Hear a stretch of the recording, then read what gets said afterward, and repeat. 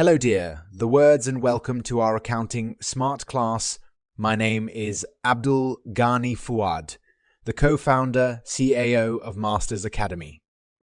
Welcome to a new lecture in this distinguished course, Artificial Intelligence in Logistics, Planning Warehouse Management. Hello doers, and welcome back. My name is Jose Ignacio, and as you can tell, we've got a problem, and that problem is that Stealthy Wood is expanding, and my workflow is getting chaotic.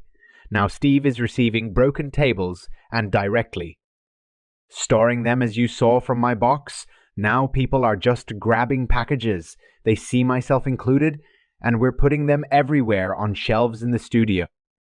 Inside of Steve's room, and we're even unboxing stuff meant for delivery. It is crazy, and as you can see, we need better organization around here now. There's too many packages to receive now. So we need to split people up into teams, the put-away team and the receiving team. That's what we've decided, so in this video, I'll show some additional features.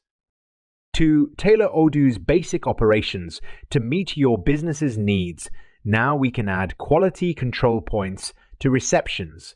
We can set picking and packing operations. And we can improve the way we track products using lots and serial. So I am ready. Let's hop into our database and take a look at the ways we can improve. Okay? So this is the inventory dashboard. It's an overview of warehouse operations.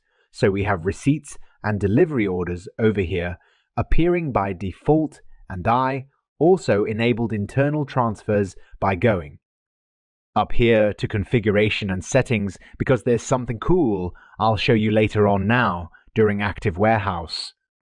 Operations you can keep track of to do tests over here with the waiting button stuff that's behind with the late button.